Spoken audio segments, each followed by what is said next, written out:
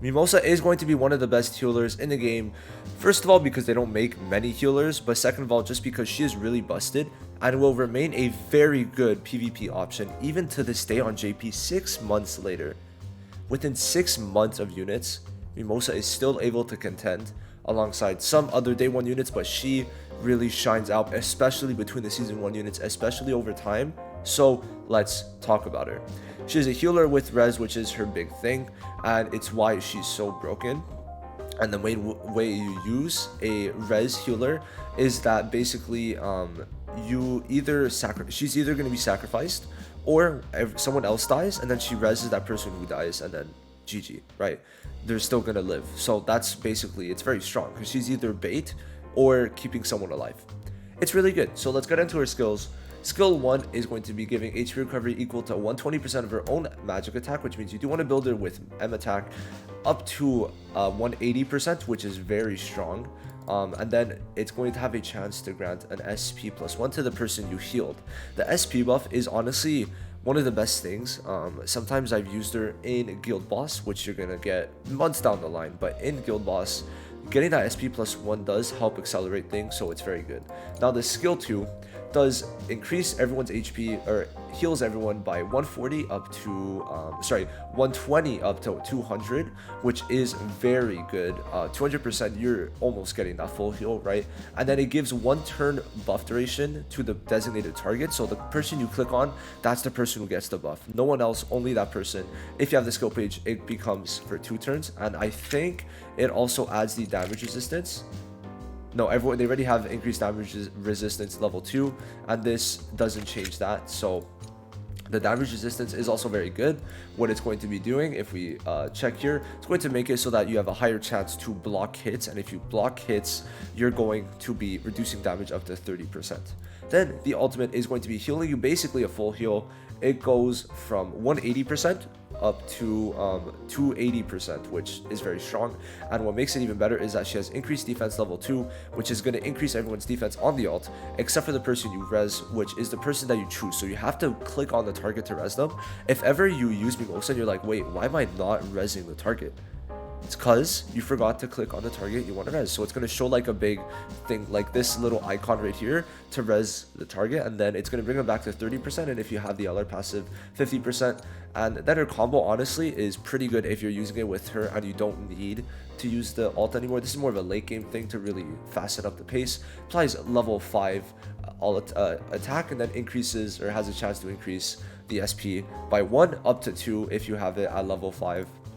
So yeah, her skills are very strong overall, and I do like her. Now, for her unique passive, obviously I said it restores HP up instead of 30 to 50%, which is a nice little buff. I wish that the ult, you were able to apply the defense buff on the person you res, even if technically, right, they're resed and then, or they're buffed and then they're resed, right?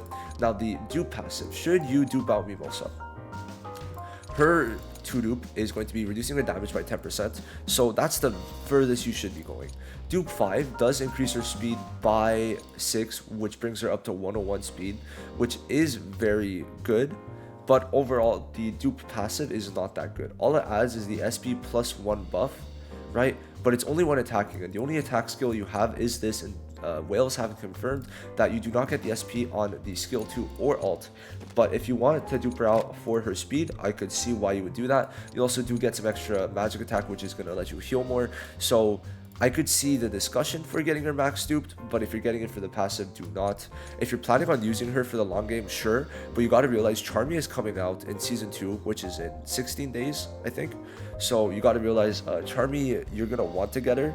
She's going to be the start of a new toxic meta, especially because she has the increased defense on ult also, but she has continuous HP recovery, where Mimosa is just a one-time. So yes, you could dupe her out, I think it's fair, but out of the 3, I'd say you want to dupe Asta out more.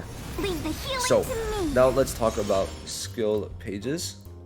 Her best in slot is definitely her skill page, because it's not really for this. I think it's the same, because on JP it got buffed, the passive, but it did not here, because like every time you leveled it up, it was an extra 10% per level instead of 1, but they didn't decide to change it. Now, for what it adds, the main thing is that you extend buffs by an extra turn, and to me that is just too strong to pass up, because you're going to go from 1 turn to instead of 2 turn, you're gonna go from like having the buff for 1 turn to instead of just bringing it up back to 2 turns, it's bringing it to 3 turns, which is super strong. Now, other skill pages could be this one. It's going to increase her healing because she is off a magic attack. So you're going to be doing technically extra damage, but you're also going to be doing extra healing by 10%. Then this one is just to keep you alive if you really feel like you can't live. And so is this one, especially this one, because it's going to increase healing to yourself, which I mean, it works for her. And also the increased defense does play along nicely with her ult that increases her defense. So that's why. And then you got these two, which are for turn 1 stuns, right? And both of them grant you HP recovery if you are stunned, right? So that is also pretty strong, that after turn 1 it's still useful, but the turn 1 stun block is very good for her until we get, because obviously she has low speed, so this is going to be lasting you a while even if you don't have Rodus, and you don't want her to get stunned. Now, of course, you could get taunted still, but having the block to stun is very good, because a lot of times you would try to stun Mimosa so that she, so she doesn't heal or res, right? Now, this one could work if you just want to have more HP. This one is only for the skill 2, but to be fair, her ult is already being a max heal because of how high the multipliers are, so there is that. And then this one is just to heal yourself. It's really a last resort, but it is there, in fact. So now, I guess we get to talk about the talents, and the way I would build her is with magic attack. So you would build her like this for you would only need to get the one on the left, but for CC purposes, you could get the crit one. Then these two I would say are the best, and if you want to put the debuff immunity one, sure, because that means you can't be stunned, and then later on you can't be debuffed. So I'm starting to see the light for the debuff immunity one. And then for this, I would say you could go for either these two, so the HP recovery received or the SP. I would not say, yeah, so the other way I would say is with blocking if you want to take less damage, but this is if you're not max healing yourself, then you could put this one, but if you are, then put the block so that you could tank a bit better.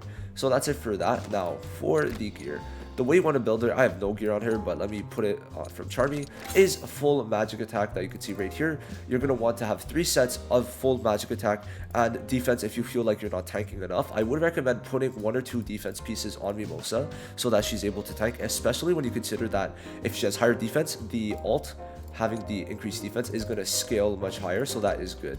Now, ooh, Pawn, I got a, damn, when did I get that? That's huge. So, the best sets would be attack, defense, and speed. This is for sure her best set in PvP. Now in PvE, you could take off the speed and put the HP, and that's her best set in PvE. The other sets you could run, right, would be non-upgraded HP, non-upgraded defense, and then crit res. Those are the 3 other ones that I would run. But yeah, as for substats, you would want magic attack, defense, and crit res mainly. Those are the 3. You could go for like flat stats, but mainly percentages, as I've explained in multiple videos in the past. This is a perfect piece, right? Because you want percentages, because percentages increase it so much further than just like 200 flat attack, and so does defense. So I would say defense, defense, magic attack, crit res 2, because obviously there's going to be Summer Noelle coming out soon, and she's going to have extra crit rate against green units, which is something you don't want, right? You do not want that to happen. Now, for teams, oh, I did not mean to click on squads, my bad. So if we go to the actual teams, right? So this one, oh, wait, yeah. So this team could work just having her with a DPS and then Mars and Lotus, right? That could work. If not, you could also put her with the triple seasonal team, and then this slot would be William. Obviously, I don't have him on this account, but soon enough I will. It's just very hard to pull all the units you need, right? Now William here would be good. I would recommend putting William there. You have the triple team here. You could also put Rodus or Lotus, right, just to have someone here. This is just a slot that you could put anyone you want to fit the team. But why this team works is because of the double DPS. These are the 2 best DPSs in the game for right now. Red Yami max duped is better than Blue Yami max duped, but obviously I know many of you guys don't have a max duped. So yeah, Red Yami is really just a Whales unit. It sucks, but it is what it is, and I'm not trying to wail on him when Noelle's coming out so soon now, because on JP Noelle kind of came out 5 weeks after, where Noelle's coming out like less than 3 weeks after, so much less time to use Red Yami. Now, Mimosa, just for PvE comps, right, works very well. You could have Rodus and Real here, and then that would be the green team, but obviously works. Don't hold me back. Oh, I do like that voice. It's very nice. So after that, teams with Mimosa just work very well. If you put her with Rodus too, Rodus is one of her best linking partners because of the fact that if you use Rodus, he also has a defense increase. Okay, he has a defense increase, which means you can keep the defense increase going for a while. They have the same level defense increase, which means you could reapply it right after you use Mimosas. I think it's the same. 140, 140, yes. So you could reapply it on everyone after like 1 or 2 turns. So that's going to be very good to just keep the defense going, which is nice. Now, if you want to increase her healing without making her have gear like that, Sally is a magic attack buffer and all attack buffer. So, maybe if you want to do a team like that where you buff all attack and then like Mimosa and Rodus are going to be healing a fuck ton, that would be good. But Rodus and Mimosa go very well together, right? You could also use her with William to have the damage reduction, obviously. So all those team comps do work.